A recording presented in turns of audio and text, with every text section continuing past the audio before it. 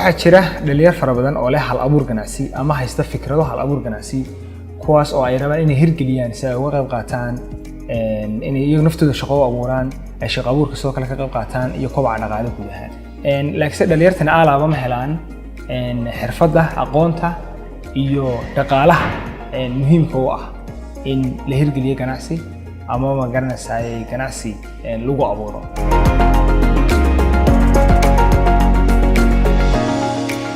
Oxfam waxa ay si joogto ah dadaal ugu jirtaa ka qayb qaadashada horumarinta dhalinyarada, gaar ahaan dhalinyarada leh hal abuurka ganacsiga, kor u qaadista xirfadaha dhalinyarada, shaqo gelinta iyo weliba maalgelinta dhalinyarada leh hal abuurka ganacsiga.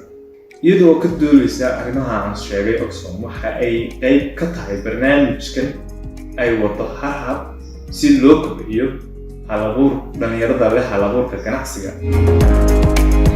hay'adda shaqadoon mar walba waxay ku hoolan tahay inay dardargeliso ganacsiyada. sidaa darteed hay'adda shaqadoon waxay asaastay Harhab. waxaan ugu talagalnay inay Harhab caawiso oo taageerto dhalinyarada hal abuurka sameynaya.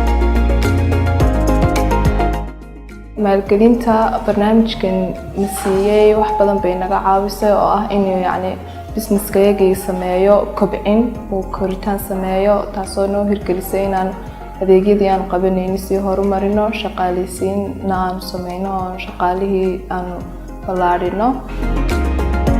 barnaamijka maalgelinta ee Harhab wuxuu ka qayb qaatay shaqo abuurka guud ee bulshada.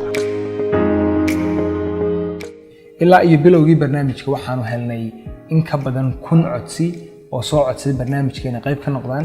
waxaana ka qayb qaato fursado helay inay ka qayb qaataan barnaamijkan 78 ganacsi ama 78 mashruuc kuwaasoo dhammaan ka kala faa'iideysanayay barnaamijka tababaradiisa muxuu ahaay mentorskiisa maalgelinada iyagoo ka horumarinaya ganacsiyadooda.